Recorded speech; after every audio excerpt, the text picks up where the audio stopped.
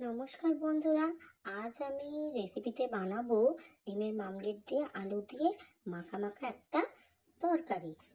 যেটা ডিমটাকে কিছু করবো না, ডিমটাকে ভেঙে নুন দিয়ে গুলিয়ে এই ডিমটাকে এই তেলের মধ্যে ভেজে নেব। আর আমি তার মধ্যে একটা মশলা অ্যাড করবো, সেটা হচ্ছে আদা রসুনের পেস্ট। আর কিচ্ছু না, কোনো মশলা আর দেবো না। এবার ডিমটাকে আমি দিয়ে দিলাম। ডিমটাকে একটু কড়া করে ভাজবো, যাতে ঠিক ঠিক কড়া করে ভাজা হয়। ভাজার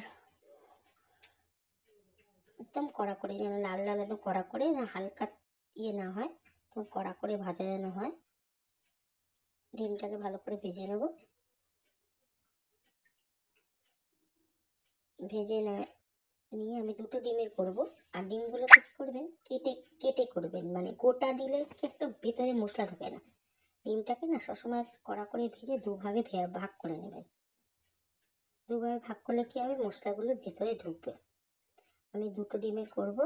আর এটার মধ্যে মশলা কিছুই লাগে না, আদা রসুন টমেটো পেঁয়াজ বাটা পেস্ট আর মশলার মধ্যে দিয়ে দেবো।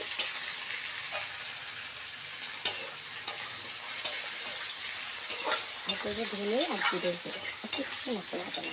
এটাকে আমি ভেজে নিলাম, আলুটা দিয়ে দিলাম, আলুটাকে ভেজে নিলাম, মশলাটা দিয়ে দেবো, পেঁয়াজ বাটা রসুন বাটা টমেটো পেস্ট যেটা বলেছিলাম দিয়ে দেবো।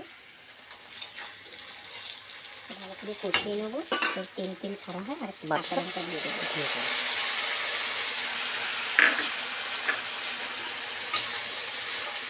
ভালো করে আলুগুলো ভালো করে করতে গেলে কাঁচা কাঁচা মশলার মধ্যে আমি দিয়ে দেবো লঙ্কার গুঁড়ো, শাহি গরম মশলা, ধনের গুঁড়ো আর জিরের গুঁড়ো।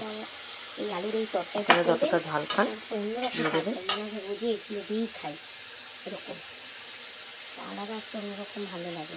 দুটো কাঁচা লঙ্কা দিয়ে দেবো। আমরা একটু এরকমভাবে করবো।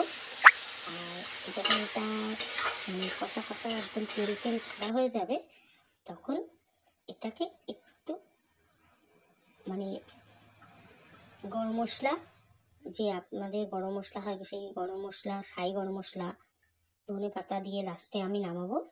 লাস্টে নামাবার সময় দেখবেন ধনে পাতা দিলে আরও টেস্টি হয়। আর একটু এটার মধ্যে যাতে না হয়, একটু কষিয়ে একটু আমি এটাতে জল লেগে গেলে জল দিয়ে দেবো। জল দিয়ে দিলে কেউ তো লাগবে না, তো বেশি মাখা মাখাও না, ঝোল ঝোল ডিমের ঝোল যেমন ঝোল হয় সেরকম ঝোল হবে না, এটা তো পুরো মাখা মাখাই হবে। ঠিক আছে, বেশিরভাগটাই মাখা মাখা। যদি নুন কম হয় একটু নুন দিয়ে দেবেন আপনাদের আন্দাজ মতো। মানে আমি আলু ভাজাতে তো নুন দিয়েছিলাম, তো কম মনে হলে একটু দিয়ে দেবেন।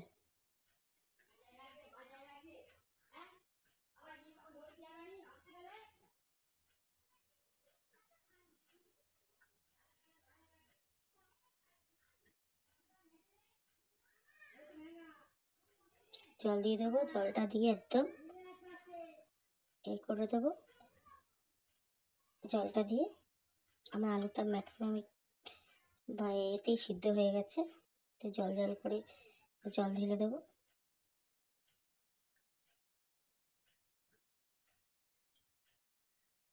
অনেকটাই সিদ্ধ হয়ে গেছে।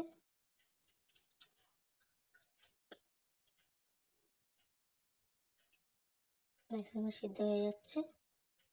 এরপরে আমি ডিমের মামলেটগুলোকে দিয়ে দেবো। একটু একটু জল হয়ে গেলে আমি ডিমের মামলেটগুলোকে এর মধ্যে দিয়ে দেবো। একটু ফুটে গেলেই কোনো তরকারিতে কাঁচা লঙ্কা দিলে কাঁচা লঙ্কার স্বাদটা একটু আলাদাই লাগে।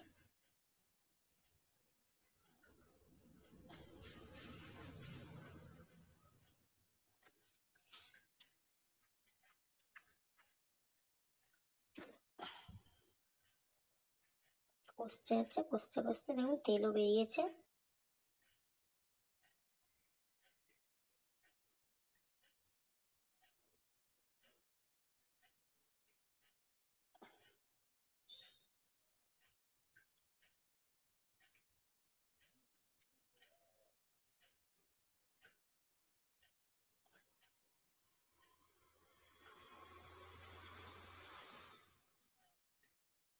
মাটিতে ধোয়ার জলটা ছিল, আমি ওই জলটাও দিয়ে দিলাম।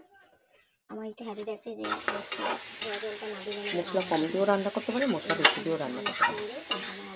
আমি যে সব উপকরণ দিলাম সেগুলো না দিলে একটু ভালো লাগবে না। আদা, রসুন, পেঁয়াজ বাটা, টমেটো পেস্ট করে দিতে পারেন, গোটাও দিতে পারেন। বাটা দিলে কি একটা থিকনেস ভাবটা আসে।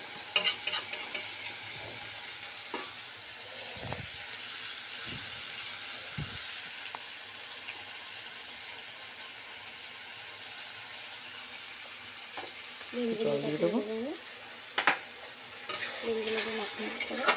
দেখুন আগে আস্তে আস্তে করে জল দিলাম। মোটামুটি আমার আলুটা সিদ্ধ হয়ে গেছে।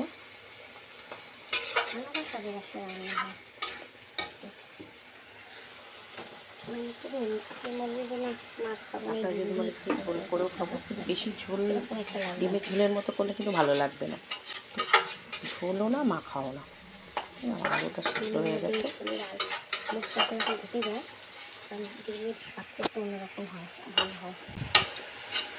ডিমের মামুলগুলো দিয়ে দেবো, মশলাটা ঢোকে।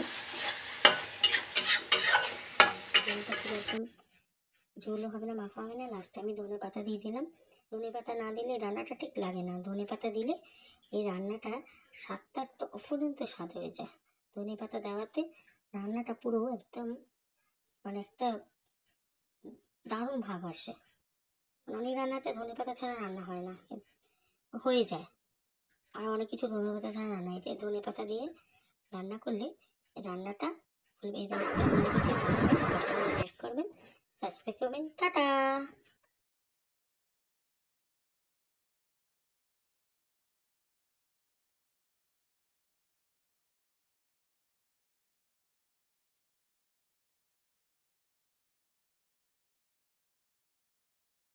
টাপ লাগলো জানাবেন,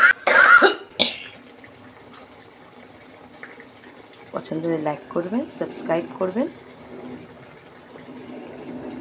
ডিমের মামলেট দিয়ে আলু দিয়ে তরকারি।